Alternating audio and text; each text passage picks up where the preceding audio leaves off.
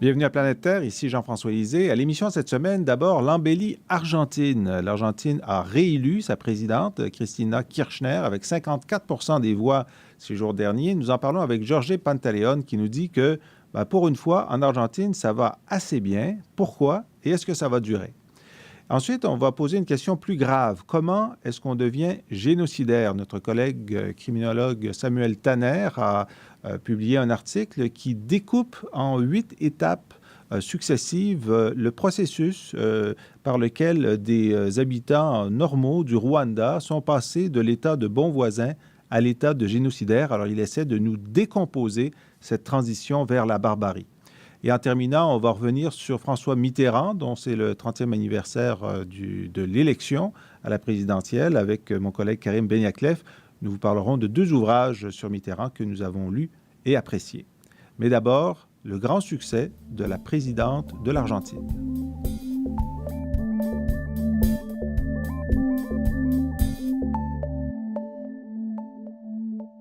Comme promis, on parle de l'Argentine avec notre invité Jorge Pantaleón. Merci d'être là. Merci. Jorge, vous êtes un professeur en anthropologie ici à l'Université de Montréal. Vous êtes argentin d'origine, vous avez étudié au Brésil, vous intéressez aux questions économiques. Vous avez dirigé avec 2 collègues, dont Bernard Bernier, ce numéro courant d'anthropologie et société, représentation et pratique sociale de l'économie. Mais on est là pour parler de la réélection triomphale de Cristina Kirchner, 54 du vote, avec 80 de participation électorale. Alors ici, on trouve ça extraordinaire parce qu'on est en chute de participation électorale.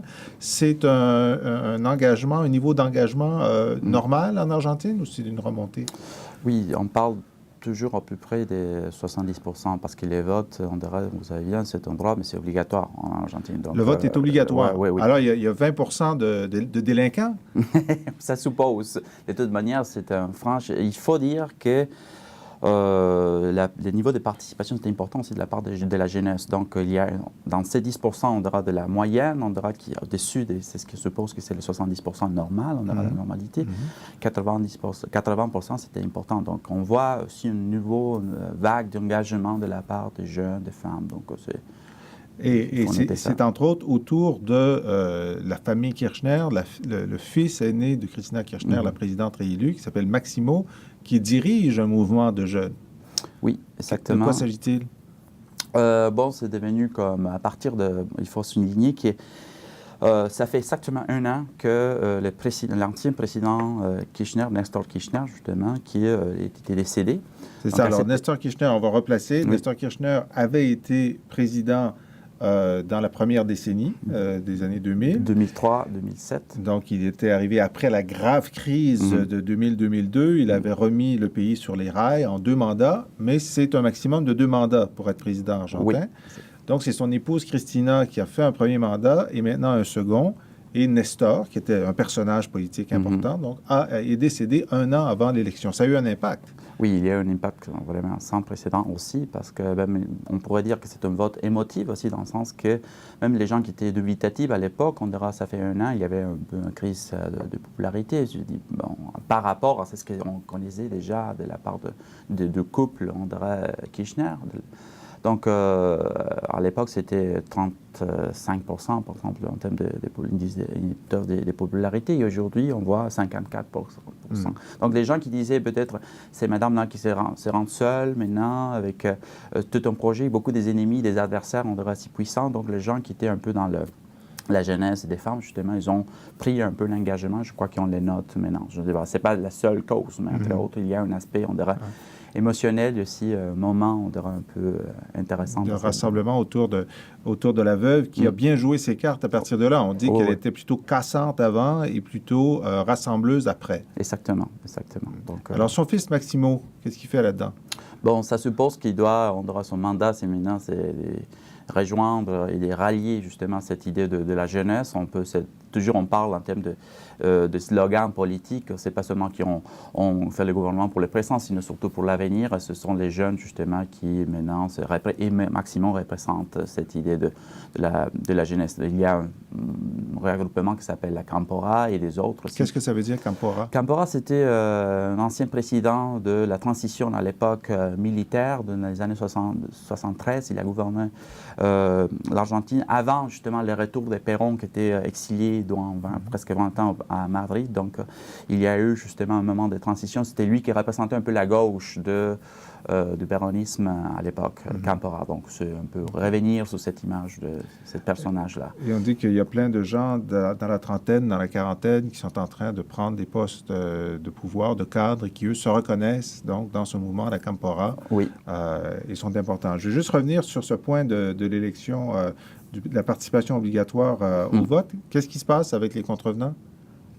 Ça suppose, il n'y a pas nécessairement de punition. C'est une question morale. OK. Ils ont honte. On leur fait honte. Oui, ça suppose. Oui. Bon, d'accord. Comme on ne connaît pas cette procédure ici. Alors, Kirchner, 54% au premier tour. Alors, où est l'opposition? Bon, il y a un processus de fermentation. C'est une petite parenthèse avec les questions de l'obligation. Même si on sait qu'il y a... une des questions, justement, la transformation radicale, je pense, en termes de la place de la politique, c'était entre autres, justement, si on exhibe, on dirait, le processus de 2003, Kirchner avait gagné avec 24%, donc c'est 24% de vote, mais dans une situation dans laquelle tout le monde disait, tous les politiciens doivent s'en aller. Donc, c'était vraiment une délégitimation importante pour l'ensemble du corps politique. 24, c'est pas suffisant, 24. Oui, 24%, c'est rien. C'était au premier tour? Oui, au premier tour. Non, c'était, on dirait, les mandats. Au moment 2003, c'était la seule possibilité. Donc, c'était face à Menem, on dirait qu'il y avait 20% aussi. Donc, presque Menem, il y avait la possibilité de revenir en gouvernement. Donc, on voit...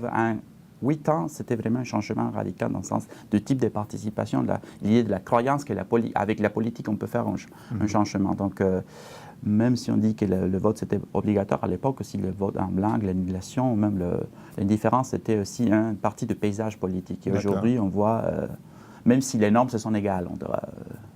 Donc, le vote, c'est obligatoire. C'est la fin de la différence. Oui. Donc, il y a vraiment... Les Argentins se sont repassionnés pour la politique. Oui. Mais c'est bizarre parce qu'on dit que lorsque une élection, lorsque le résultat de l'élection est prévisible, les gens sont moins mobilisés.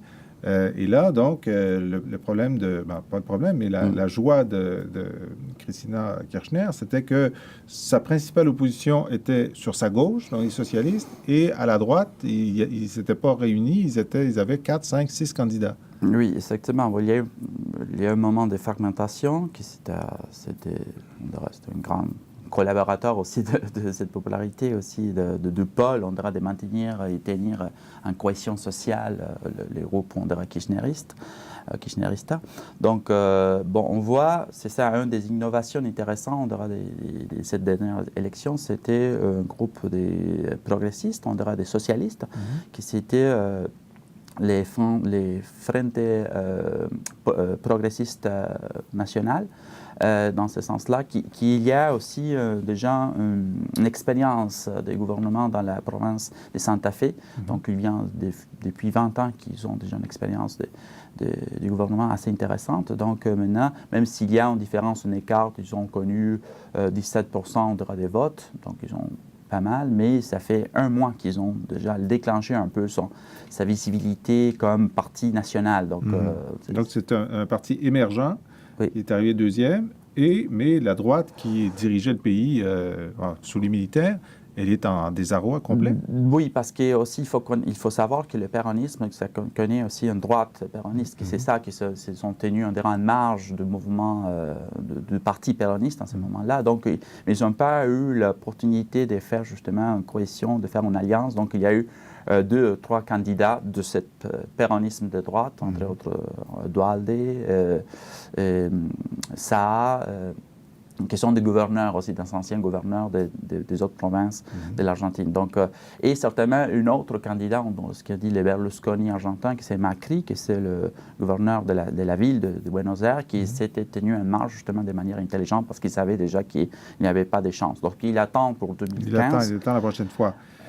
Donc, on dit une partie de des raisons de la victoire, la mort de son mari, qui a donné une base émotive, on en a parlé, la bonne tenue de l'économie, 9% de croissance l'an dernier, peut-être 8% de croissance cette année, la baisse du chômage, la baisse de la pauvreté, mais aussi, vous allez m'expliquer pourquoi, le soja.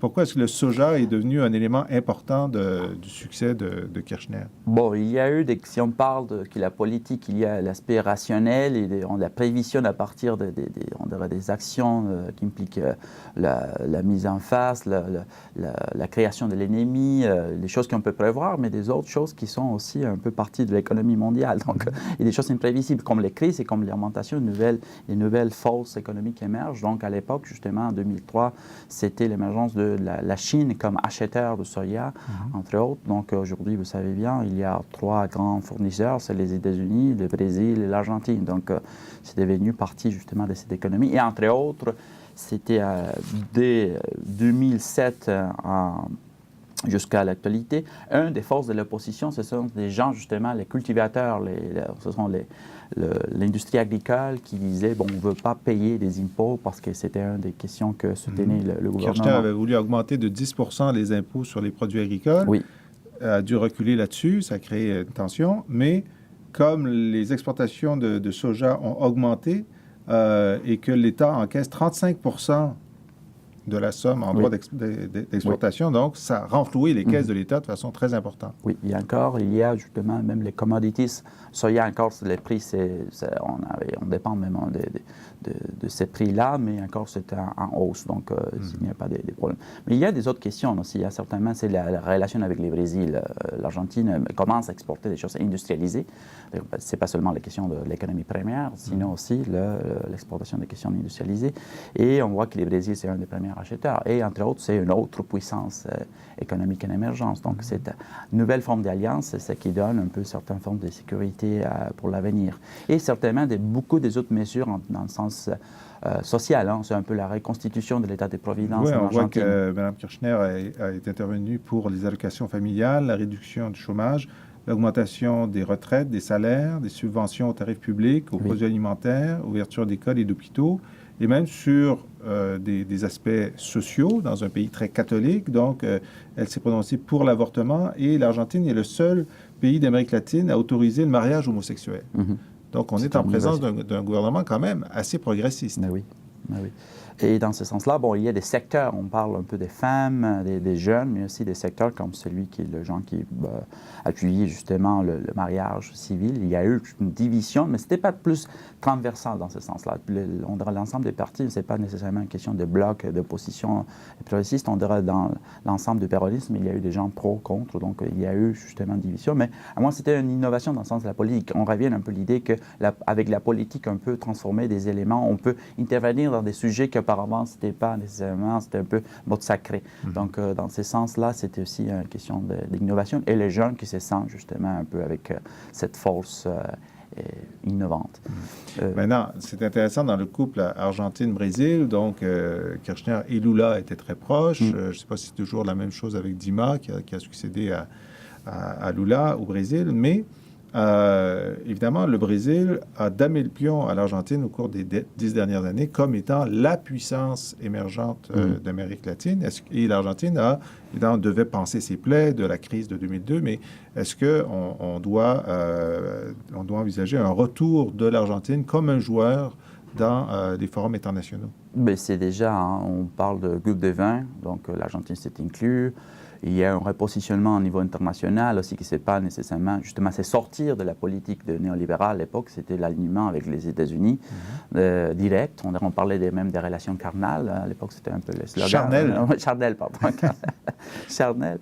Et aujourd'hui, bon, justement, tout un discours, même des fois, même si on négocie certainement avec les États-Unis, la relation, c'est plus, on dirait, calme à ces moments-là. Mais il y a toute une reconfiguration aussi en termes des alliances internationales dans lesquelles l'Amérique latine, comme on dirait, c'est pas seulement comme sous-continent du Sud, sinon aussi comme on dirait force politique, c'est important. Donc, c'est possiblement, c'était un autre des choses que c'est devenu partie de l'agenda de Kirchner et aussi qu'il les mette comme partie de la visibilité de son mandat. Nous, on voit donc le Brésil, dans les années à venir, vont avoir la Coupe mondiale de foot, vont avoir les Olympiques. Est-ce qu'il y a, de la part des Argentins, qui sont des gens orgueilleux, souvent à bon escient, est-ce qu'il y a une rivalité ou une jalousie face au Brésil?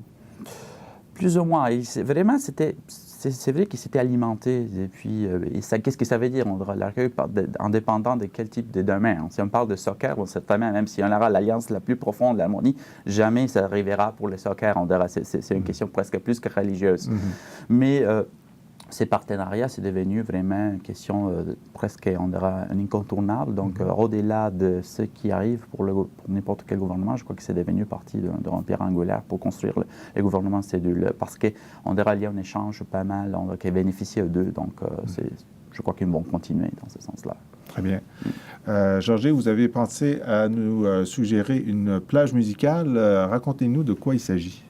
J'avais sélectionné ça, je pense que c'est un peu, ça revient un peu l'idée à partir des images émotionnelles qui ont construit la politique aussi. Donc, il s'agit de thème qui s'appelle le capitalisme foráneo, capitalisme étranger. Donc, c'est un groupe de tango électronique qui s'appelle Gotham Project. C'est connu, c'est pas mal connu, même à Montréal, ils ont fait déjà pas mal de présentations. Mais qui reprend des morceaux, des fois, des voix, on dirait des gens illustres de la politique, entre autres Eva Perón, qui c'est la représentante, justement fondatrice de ces mouvements et de l'idée de monde féminin dans la politique en Argentine, en révolution. Donc, avec un morceau de sa voix qui parle contre le capitalisme étranger. Donc, on l'entend dénoncer le capitalisme foráneo. Oui, exactement. Ouais. Et bon, voilà la musique, un peu, comme j'ai dit, même qui nous met en transe sur cette voie-là.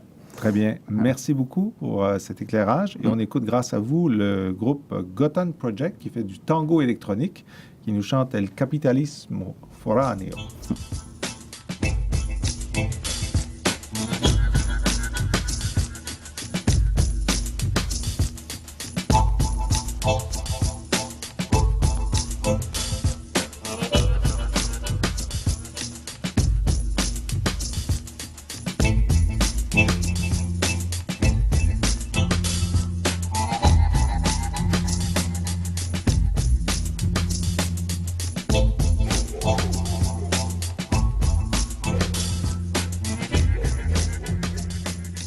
De retour à Planète Terre, l'émission des chercheurs du Cerium, ici Jean-François Lisée. Nous allons maintenant nous pencher sur la progression de la personnalité des gens qui deviennent des bourreaux ou des génocidaires. Ça ne se fait pas du jour au lendemain par un claquement de doigts ou un ordre donné. C'est un processus dans lequel des gens normaux, des travailleurs, des paysans, des pâtissiers, en quelques jours, deviennent des bourreaux, des génocidaires. Alors, notre invité aujourd'hui, Samuel Tanner. Merci d'être là, Samuel. Bonjour. Samuel, vous êtes penché sur cette question dans un article qui vient d'être publié dans la revue Global Crime, numéro courant. En anglais, le titre « Towards a Pattern in Mass Violence Participation, an Analysis of Rwandan Perpetrators' Account from the 94 Genocide ». Alors, je traduis vers une analyse de pattern, comme on dirait. Un modèle. Un modèle, vers un modèle de participation à la violence de masse, une analyse des participants au génocide rwandais de 1994. Alors, Samuel, vous êtes professeur à l'École de criminologie, ici à l'Université de Montréal, et vous vous êtes fondé pour cet article sur un livre de journaliste qui est assez rare dans le monde de la science sociale, un livre de Jean Hatzfeld, qui s'appelle « Une saison de machette ». Parlez-nous d'abord de cette source documentaire que vous avez utilisée. Cette source documentaire, elle est assez originale, en fait, puisque Jean Hatzfeld, journaliste français, avait fait un travail absolument incroyable auprès de victimes du génocide rwandais. Et après avoir mené une série d'entretiens avec les victimes, un collègue lui a proposé de faire la même chose avec les bourreaux, en guillemets, si on peut parler comme ça. Et Jean Hatzfeld, au début, était vraiment réticent en disant « Non, il n'est pas question que je donne la parole à ces gens-là, compte tenu de ce qu'ils ont fait ». Et finalement, l'idée a fait son chemin, en fait, et il s'est décidé, il est retourné au Rwanda une fois de plus, puisqu'il connaît le Rwanda très bien, excusez-moi. Et en fait, il a commencé à poser des questions à un certain nombre d'individus qui avaient participé à ces violences-là, qui ont décidé de parler, en fait. Et son livre est intéressant à beaucoup d'égards, notamment celui de ne pas corrompre, si on veut, le matériau, ou en tout cas les paroles des tueurs, et de respecter leur rythme, leurs propos. Et l'ouvrage n'est saupoudré que de très peu d'analyse. Il leur a vraiment donné la parole. Oui, c'est ça, oui. Et il les a choisis pas de façon répartie sur le territoire, mais un groupe. Oui, c'est ça. En fait, il s'est rendu dans une prison. Les individus étaient en attente de leur jugement. Le livre n'a été publié que dès lors que l'ensemble des individus avaient reçu leur sentence et leur condamnation. Donc, cette enquête n'a pas contaminé la preuve, pour reprendre une expression populaire au Québec en ce moment. Non, du tout, effectivement, oui. Et en fait, il s'est assis avec eux dans la cour de la prison en prenant le temps de parler, d'écouter leur histoire. Et c'était des amis, des paysans dont les terres étaient proches les unes des autres, qui ont participé collectivement à cette action. Oui, c'est ça.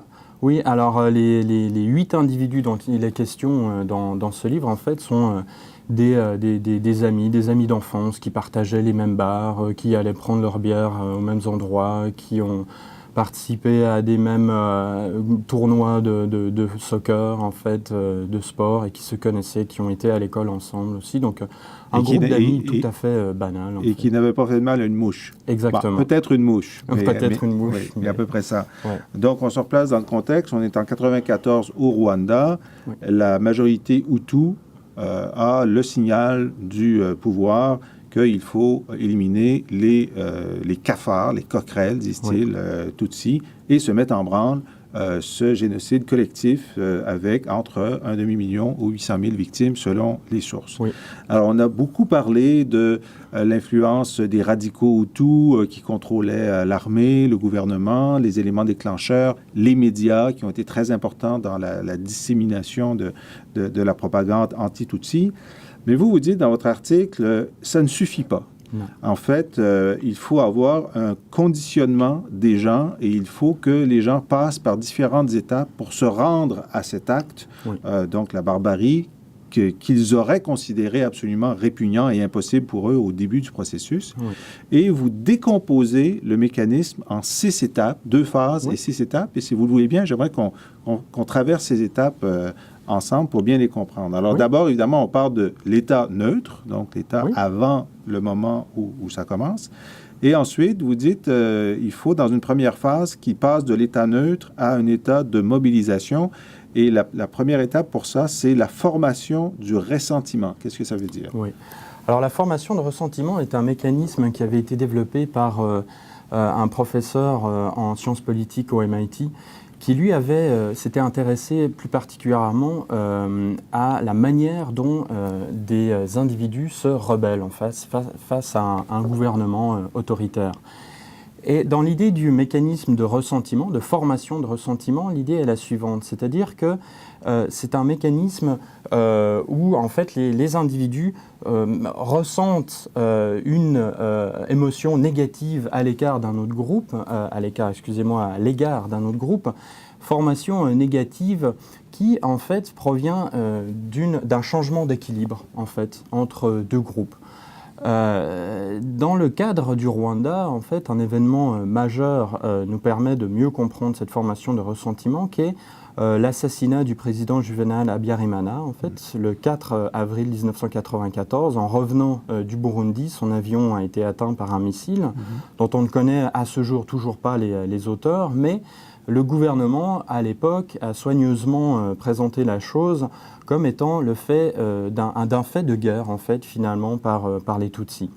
Et dans ce contexte-là, la formation de ressentiment, si vous voulez, a été assez efficace et a été assez répandue dans le clan Hutu en disant, ben voilà, encore une fois, finalement, nous sommes victimes d'une action Tutsi, sans que cette action ait été clairement, dans la cause, ait été clairement identifiée, ou en tout cas l'origine. Mais il y avait effectivement une guérilla Tutsi qui préexistait, il y avait eu un accord de paix. Tout à fait. Donc il y avait les éléments de crédibilité Tout à de fait. cette possibilité. Tout à fait. Alors, un déclencheur qui fait en sorte que les Tutsis sont généralement accusés d'avoir donc tué le président Hutu, Oui.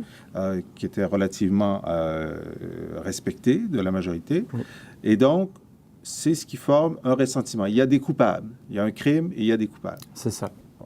Et ensuite, on passe à ce que vous appelez le mécanisme de pointe focale. Le mécanisme de pointe focale, en fait, c'est l'idée qu'à un moment donné, quand vous avez une population qui a un ressentiment face à un autre groupe, eh ben, ce ressentiment, il faut parvenir à le galvaniser, en fait, à le canaliser, si on veut, contre la cible ou contre les ennemis présumés. Et le mécanisme de pointe focale, en fait, est un mécanisme qui permet, si l'on veut, de coordonner un groupe en l'absence d'une autorité donnée, en fait. Et c'est un mécanisme qui a beaucoup été utilisé dans le cadre de l'analyse de rébellions, par exemple, ou de mouvements sociaux.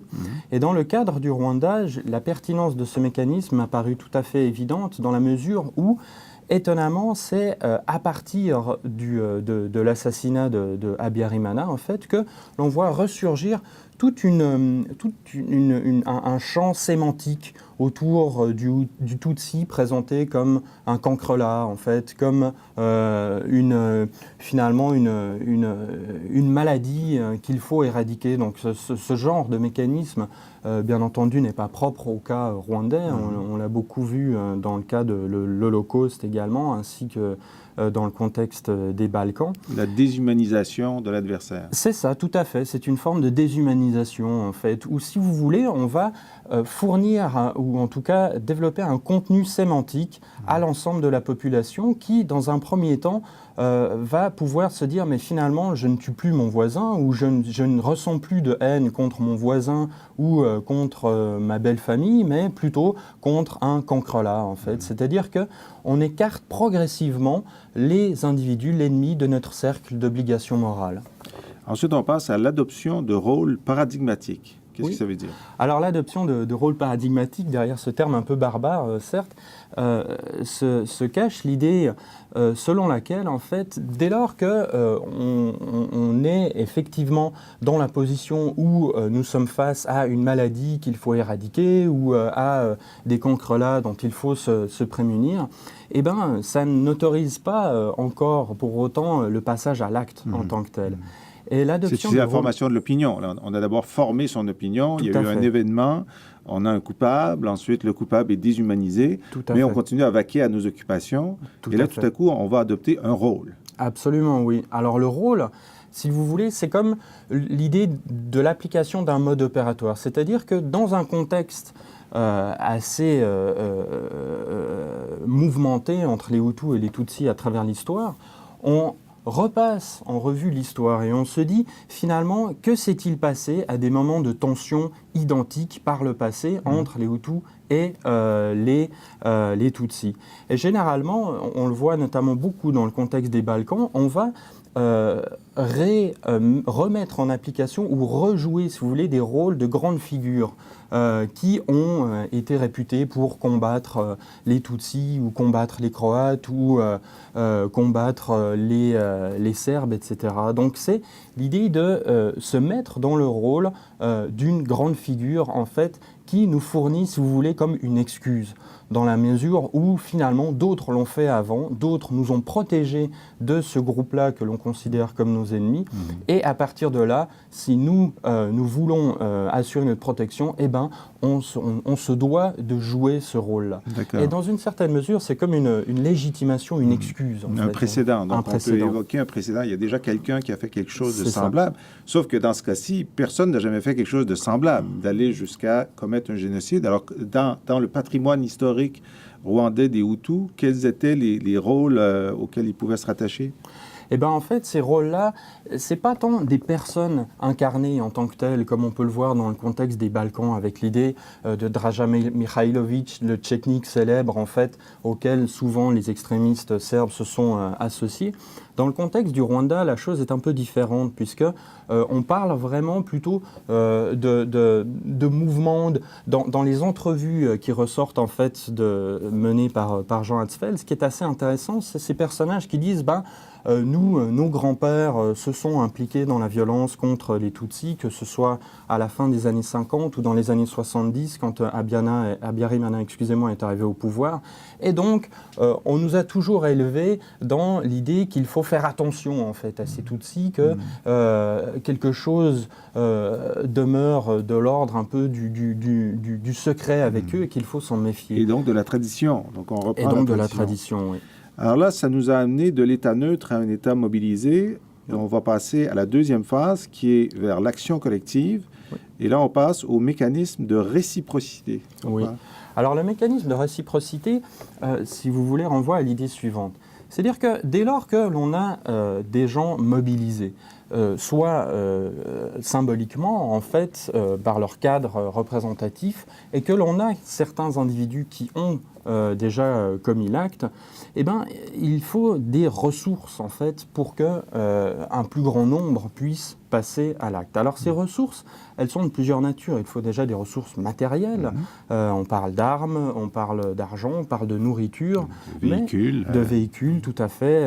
Mais également, il faut des ressources si vous voulez, qui vont confirmer aux individus que leur passage à l'acte ne va pas faire l'objet d'une sanction, d'une punition par les autorités.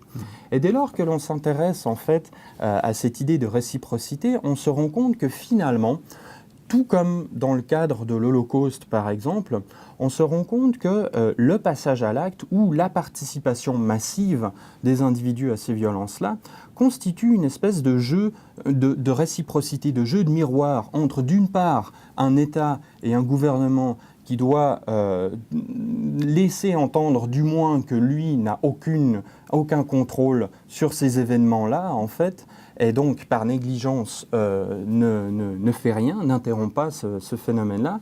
Et puis d'autre part, en fait, une population, ce qui ressort de manière assez impressionnante dans les entretiens de Jean Hatzfeld, une population qui bénéficie largement en fait de ce que Jean Hatzfeld appelle cette saison de machette, puisque cette fois, au lieu de commettre un travail difficile de collecte, de récolte, etc., eh ben, en procédant à l'exécution de son voisin, on a immédiatement de la viande, des tôles pour protéger sa maison, etc. Ensuite, on passe au positionnement à l'intérieur du groupe. Oui. Alors, le positionnement à l'intérieur du groupe nous permet de comprendre un phénomène. C'est-à-dire que ce n'est pas parce que finalement on a des ressources, qu'on a un cadre représentatif à l'encontre des Tutsis qu'on peut comprendre le passage à l'acte pour autant. Un phénomène assez classique en fait en psychologie sociale et en criminologie aussi, c'est le rôle du groupe en fait et la pression à la conformité à l'intérieur du groupe. Dans les récits des interviews des personnes rencontrées par Jean Hatzfeld, une chose m'a énormément frappé, ce qui est ressorti d'autres contextes comme les Balkans aussi, c'est qu'on a parfois des individus qui vont dire « mais moi en fait j'ai jamais voulu procéder à ces tueries ». Sauf que dans ce moment de panique sociale, de panique politique et d'environnement absolument inédit et dans lequel je ne trouvais pas mes repères, moi, mon identification, elle se faisait auprès de mes amis, auprès de mon groupe de référence. Et à ce moment-là, dès lors que vous avez une ou deux personnes dans votre groupe d'amis qui participent à des exactions, en fait, là, vous êtes vraiment sur une mauvaise pente parce que, étant donné que vous vous affiliez à ce groupe et que vous devez montrer une certaine solidarité à votre groupe, et tout ça pour préserver une image de vous positive, une identité positive, et à un moment donné, quand 1, 2, 3, 4 amis commencent à vous dire là maintenant il faudrait que tu y montres un peu du tien, on se rend compte que beaucoup d'individus passent à l'acte, non pas en vertu de préférences individuelles, c'est-à-dire d'une volonté de vouloir ôter la vie à une personne, mais par un phénomène finalement assez fort qu'est la pression à la conformité. Donc là, on arrive dans une dimension assez étrange à saisir, assez paradoxale en fait. Il y a donc une responsabilité forte dans ce groupe de 8 amis, du premier qui tue. C'est ça. Hein, le premier qui tue donne le ton, crée une nouvelle normalité. Oui. Mais il n'y a pas là, puis c'est peut-être une psychologie différente, c'est que est-ce qu'il n'y a pas aussi, à partir du moment où le premier tue, un genre de vertige du pouvoir de tuer? Est-ce qu'on ne traverse pas une ligne où là, la capacité de tuer, pour certains individus, peut être quelque chose de séduisant? Mmh. Oui, alors effectivement, là, la recherche est assez ambiguë, ambivalente à ce niveau-là, puisque dans certaines recherches, je pars du principe que les individus qui participent à ces événements-là, aussi étonnamment soient-ils, ne sont pas forcément des psychopathes. Mmh.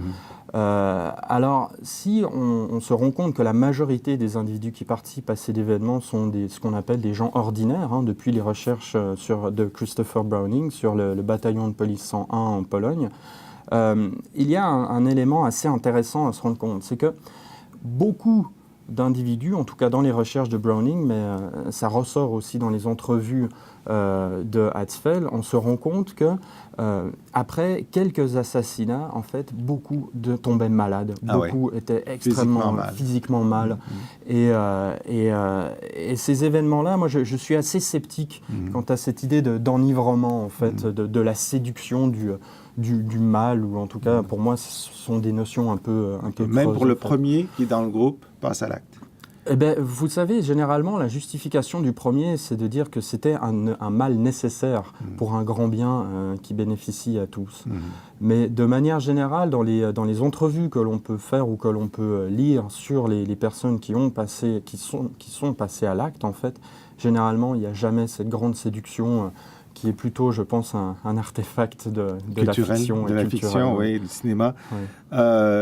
Et donc, dernière étape dans cette action collective, la banalité ou la banalisation des pratiques. Oui.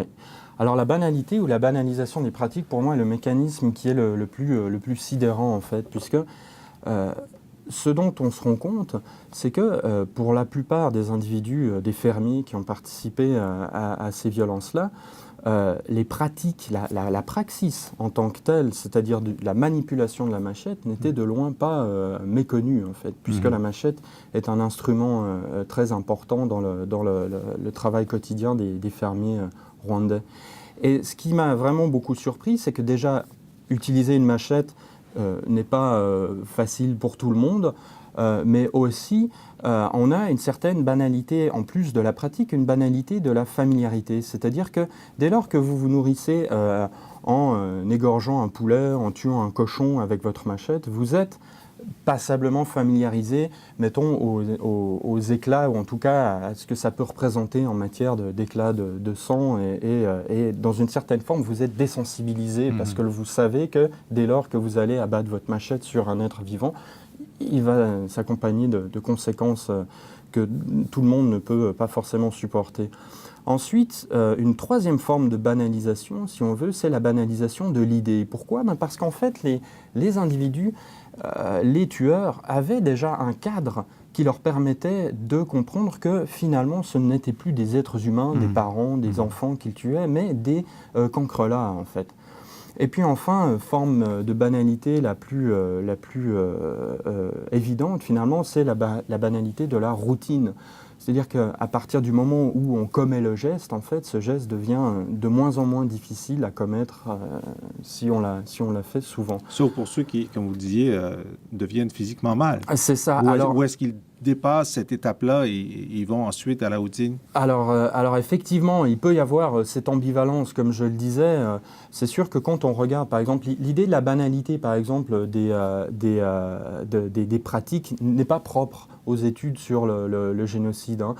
Dans les métiers de la médecine, dans les abattoirs, dans la police aussi. Beaucoup de recherches ont été faites là-dessus, où on voit une forme de désensibilisation, en fait, des individus. Mais on reste dans le cadre d'activités tolérées dans la société. Dans le contexte du génocide, en fait, on est dans un cadre extraordinaire. C'est-à-dire que même les personnes rencontrées par Jean Hatzfeld reconnaissaient bien que quelque chose ne jouait pas, reconnaissaient bien qu'un jour ou l'autre, il faudra payer pour ça, en fait. Et effectivement, l'idée de la banalisation, je trouve d'autant plus intéressant que ce concept-là nous était essentiellement parvenu de Hannah Arendt sur son étude passionnante de Adolf Eichmann, en fait, rapport sur la banalité du mal, de son livre Eichmann à Jérusalem.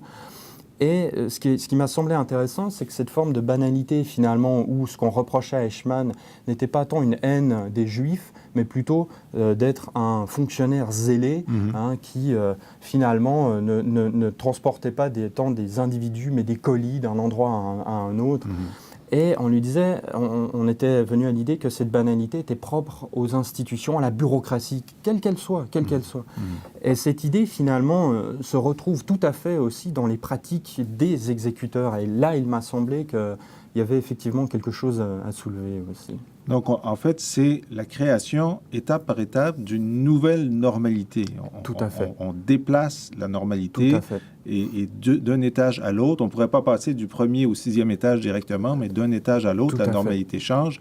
Et ce qui était répugnant au début devient banal. Tout à fait. Et donc, je suppose que c'est un mécanisme de défense également psychologique de dire ce que je fais est banal, donc je peux continuer à le faire parce que si je réalisais que c'est répugnant, je ne pourrais pas vivre avec moi-même dans l'instant. Oui. Exactement. Là, vous soulevez un point tout à fait passionnant, également soulevé par Hannah Arendt, qui disait finalement ceux qui participent à ces exactions sont ceux qui ont résolu la question suivante, c'est-à-dire dans quelle mesure vais-je être capable de vivre avec le tueur en moi. Et autant dans les entrevues de Jean Hatzfeld, mais dans d'autres cas de témoignages de tueurs, on se rend compte que la grande majorité n'est bien entendu pas capable de vivre avec elle-même. Sauf que ce qui est sidérant, c'est que ces individus-là, dès lors que des entrevues sont faites avec eux, la chose qui frappe est la suivante, c'est-à-dire qu'eux-mêmes ne comprennent pas. Eux-mêmes ne comprennent pas ce qui les a poussés à ça. Alors, je rappelle le titre de votre article, Towards a Pattern in Mass Violence Participation. Pour ceux que ça intéresse, c'est dans la revue courante Global Crime. Nous mettrons le lien sur la page de Planète Terre. Et vous nous avez apporté une plage musicale. Dites-nous laquelle et pourquoi. Oui, alors c'est un groupe que j'aime beaucoup, Sonic Youth. Dans un de ses premiers albums, Dirty, et la chanson s'appelle Youth Against Fascism. Youth Against Fascism, c'est mieux que Young Fascist. Oui, très bien. C'est mon point de vue en tout cas. Samuel Tanner, merci beaucoup. Merci beaucoup. Et on écoute grâce à vous Sonic Youth, Youth Against Fascism.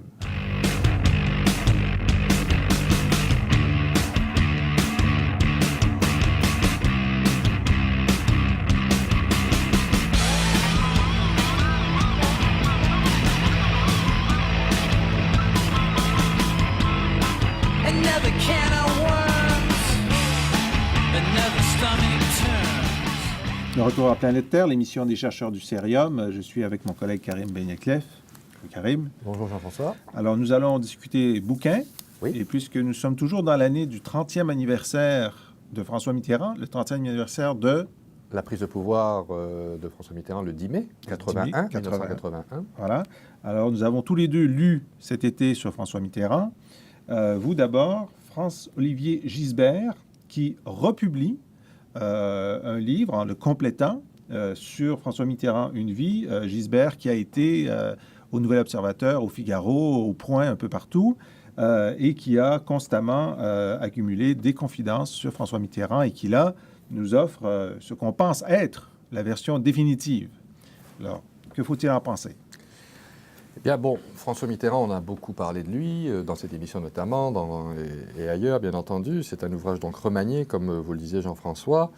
Je ne veux pas revenir sur sa vie vraiment à Mitterrand aujourd'hui, ce roman français qui fleure encore le 19e siècle. Certains même disent qu'on est passé de Balzac à San Antonio.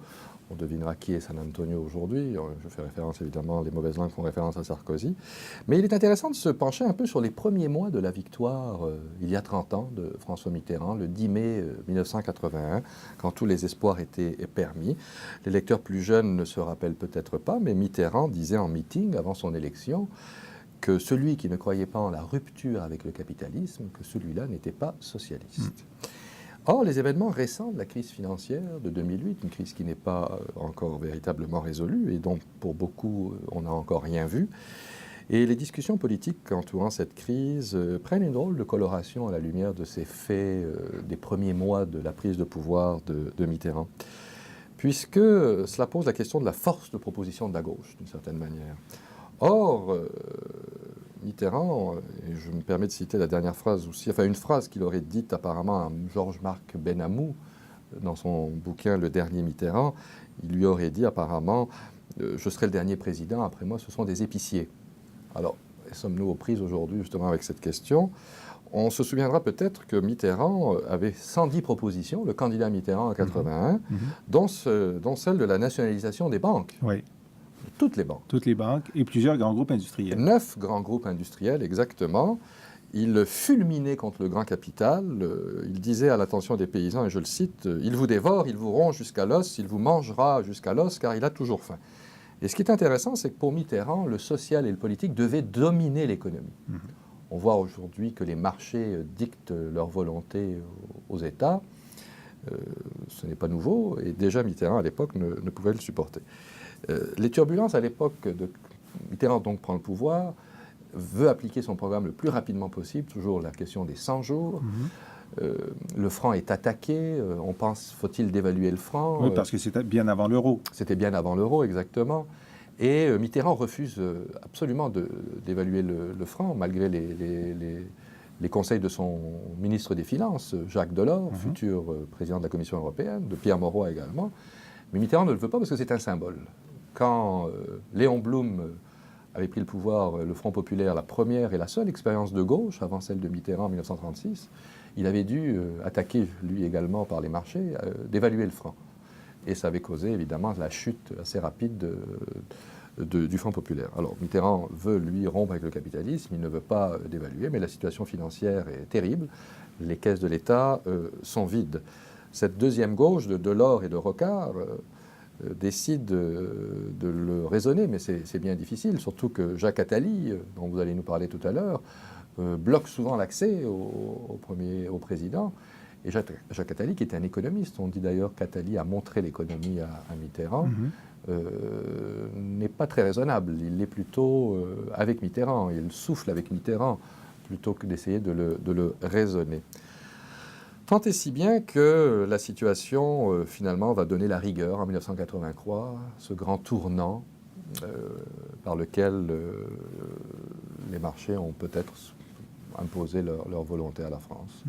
Ce qui est intéressant dans l'ouvrage, à part ça, c'est peut-être aussi qu'on nous confirme la fameuse rencontre entre Jacques Chirac et François Mitterrand, le candidat en 1980, chez Édith Cresson, une future première ministre, lors d'un dîner, puisque Chirac voulait absolument battre son ancien président, Giscard d'Estaing, dont il avait été le Premier ministre. Et il y aurait eu une entente à ce moment-là entre Chirac et Mitterrand. Mitterrand lui a dit, écoutez, moi si je perds cette fois-ci, bon, je vais perdre à 49%, c'est pas grave, j'aurais été le candidat de gauche qui aurait fait le plus haut score.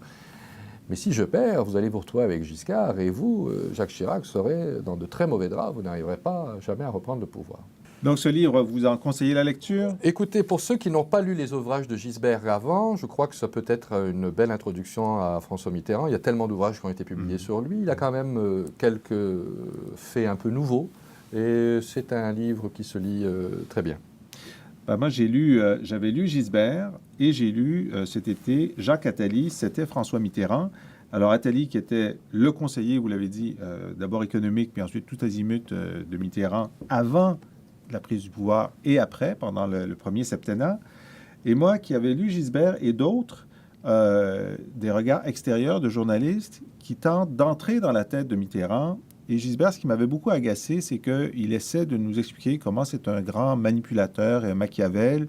Et dans un chapitre, c'est un Machiavel dans tel sens, et dans l'autre chapitre, c'est un Machiavel dans l'autre sens. Je me dis, bon, finalement, il y a des récits, il y a des anecdotes, c'est très intéressant, mais il y a parfois des supputations de motifs qui m'ont agacé.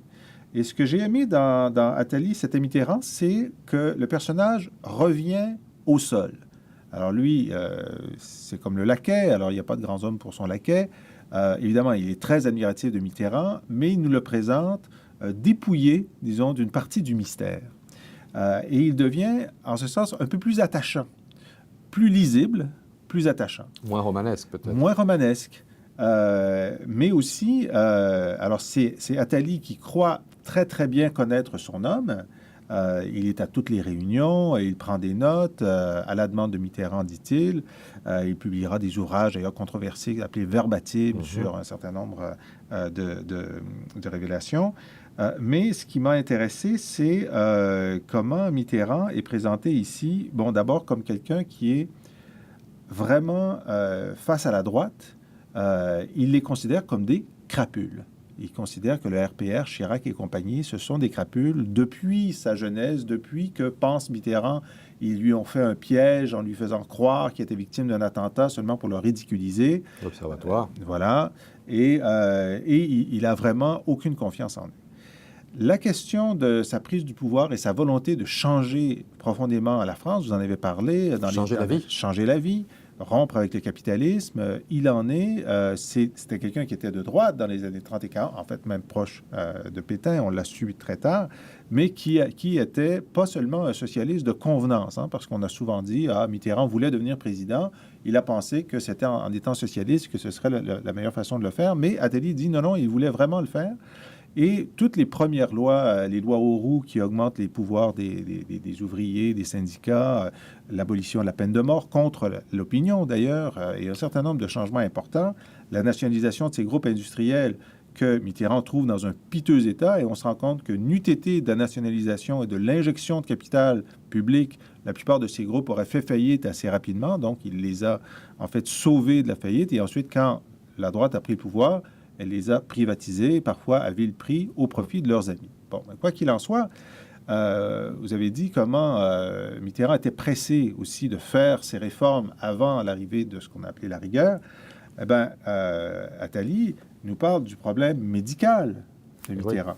Parce que il savait que Mitterrand avait un problème de cancer, mais pensait que c'était réglé. Mais Mitterrand, lui, savait que ce ne l'était pas. Alors, il dit rétrospectivement, et à la fin du livre, rétrospectivement, je comprends encore mieux sa volonté de tout faire tout de suite.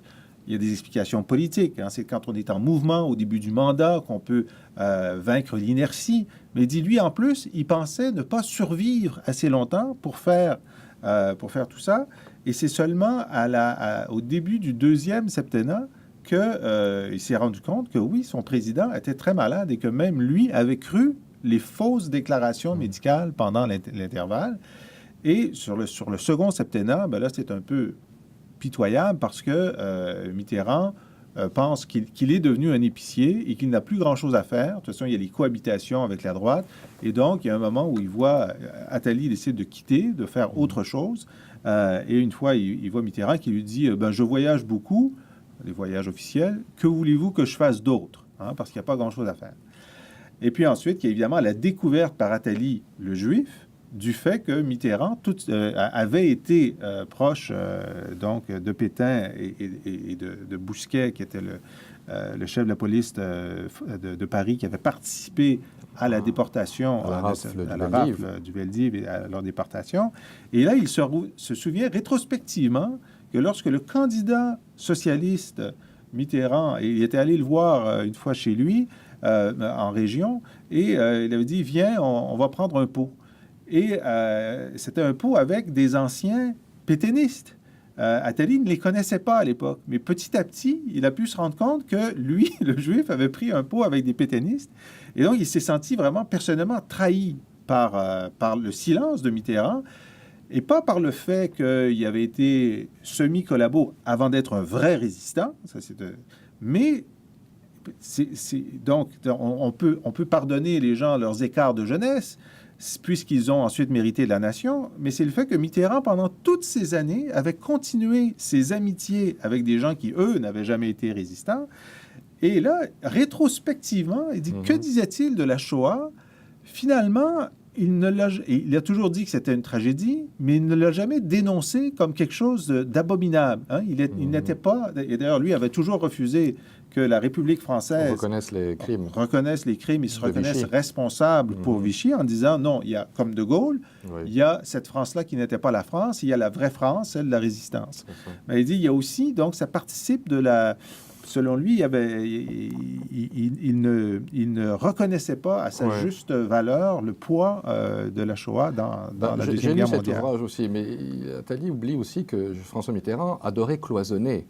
Il cloisonnait ses amitiés. Hein, il estimait que c'était très important pour que personne ne puisse le contrôler, pour être libre. Alors par conséquent, il avait gardé ses vieilles amitiés de l'époque de la cagoule même, dont il avait été proche pendant la guerre. Cagoule était un mouvement d'extrême droite français avant-guerre.